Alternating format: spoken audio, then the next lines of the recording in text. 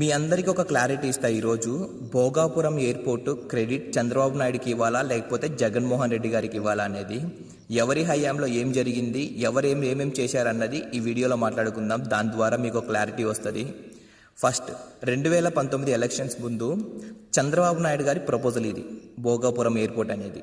ఈ భోగాపురం ఎయిర్పోర్ట్కి 15,000 ఎకరాలను రైతుల దగ్గర నుంచి అక్విజిషన్ చేయాలని చెప్పి చంద్రబాబు నాయుడుగా నిర్ణయం తీసుకున్నారు. అది చాలామంది రైతులు దాన్ని అపోజ్ చేశారు. అలాగే జగన్మోహన్ రెడ్డి గారు కూడా 15,000 ఎకరాలు ఎందుకండి, 2,000 3,000 ఎకరాలు సరిపోతుంది ఒక ఎయిర్పోర్ట్ కట్టడానికి, 15,000 ఎకరాలు రైతుల దగ్గర తీసుకొని అనవసరం అన్నట్లు మాట్లాడిండే. ఆ తర్వాత రైతులు దీనికి ఒప్పుకోకుండా ధర్నాలు చేశారు. దానికి జగన్మోహన్ రెడ్డి గారు సపోర్ట్ చేశారు. ఓకే, కానీ 2019 ఎలక్షన్స్ ముందు ఫిబ్రవరిలో చంద్రబాబు నాయుడు గారు ఫౌండేషన్ స్టోన్ వేశారు. కానీ అప్పటికి ఈ ల్యాండ్ అక్విజిషన్ కంప్లీట్ అవ్వలేదు. రైతులకు ఒక్కొక్క ఎకరాకి కేవలం 12 లక్షలు ఇస్తానంటే రైతులు దీనికి అస్సలు ఒప్పుకోలేదు.